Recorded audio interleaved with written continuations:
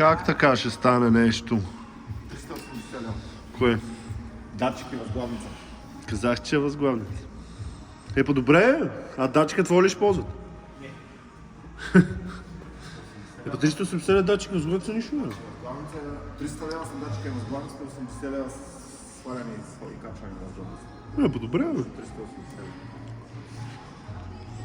лева. Днеска ще стане. Ето беше аз, че е дясна, защото тя на дясно падаше. Пита го. Пита го дали ще стане повика, най-вероятно да.